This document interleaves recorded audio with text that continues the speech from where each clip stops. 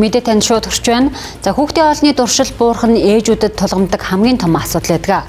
Тэгвэл хүүхдэд жихэр сахарын агуулмж өндөртэй амттан тогтмол өгөх нь хоол идэх хүслийг 50% бууруулдаг байна. Хоолны дуршил буурснаар хүүхдийн өсөлт жин нэмэгдэх хурд удааширч шим тэжээлийн дутагдалд орох эрсдэлтэй. Энэ нь бие махбодын хөгжил болон дархлааны систем цөрөн нөлөө үзүүлдэг байна. Иргэн Бэгийн охин 1 настай. Бор хоол идэж эхлээд 6 сар гар болжээ. Хүүхдтэй өдөрт 4-5 удаа хоол хийж өгдөгч сайн иддэггүй байна. Хоолны дуршил муу байгаагаас үүдэн охины дархлаа унж амархан ханиад хүртэх болжээ. Муу махан төрлийн бүтээгдэхүүнийг хэвэн хэрэглэдэгч хүнсний ногоо огт иддэггүй. Энэ нь хэрэгтэй амин дэмээ нөхөж чадахгүй байдалд хүргэдэг байна. Бор хоолны дараа 6 сар болсон. Өдрийн хувьд бол ихэвчлэн бантан тэгэл өөрсдөө идэх хоол шөлтөө хоол цөөн гол мөрөл барилгач юм уу нэг тиймэрхүү зорилгоор хоолны зуршлыг нэмэгдүүлэх гээл тэгэл одоо хоол эзний дараа нэг жоохон бичим байруулдаг ч юм уу жоохон зуршлыг сайжруулах гал байдаг аргаал хэрэгжилж байна да. Анхлан төрөгч болохоор ч ер нь тэгэл жоохон туршлага дутуулах юм байна.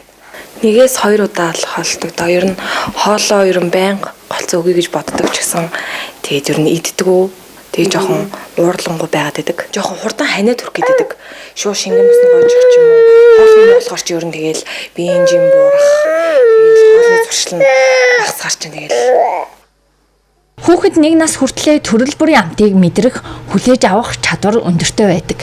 Харин 4 нас хүрээд шинэ содон амтыг хүлээж авахаас төвөгшөөж эхэлдэг. Иймээс хүүхдэд багаас нь эхлэн олон төрлийн амтыг амтлуулах нь хоолны дуршлыг нэмэгдүүлэхэд чухал нөлөөтэй. Мөн хүүхэд хоолноос өмнө чихэр амттан зэргийг идвэл гидсэн дүүрч хоолны дуршил багасдаг. Чихэрлэг хүнснүүд нь хэсэг хугацааны дараа дахин идэх хүсэл төрүүлдэг тул хүүхэд махан хоолноос илүү амттан идэх дуртай. Энэ нь хүүхдүүдийг жингийн илүүдэлтэй шим тэжээлийн дутагдалд орох нөхцөлд хүргэдэг байна. Нэг 6 нас хүртэл ер нь хүүхдийн хооллолтын одоо энэ байдал айгу докторгүй байдаг. Заримдаа айгу сайдан, заримдаа айгу бага идэн тий.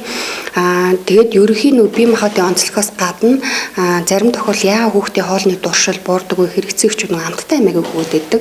Чи надаас ирж зөвлөгөө авч байгаа ээжүүд бол манай хүүхд хоолоо идэхгүй байна л гэдэг тий. Гэтэл хүүхд хоолыг орлуулад идээд байгаа хоол хүнснүүд байдаг. За жишээ нь боо байна, талах байна, чихэр байна, ундаа байна, чипс байна тий. За эдгээрийг идчихэж байгаа тохиолдолд хүүхд угаасаа хоолоо идэхгүй.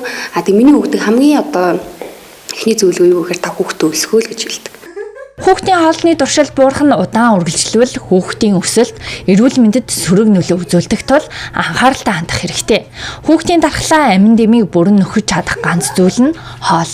Иймээс төрөл бүрийн витамин гэхээс илүүтэй олон төрлийн хоол хийж хүүхдийн хоолны дуршлыг нэмэгдүүлэх нь чухал юм а.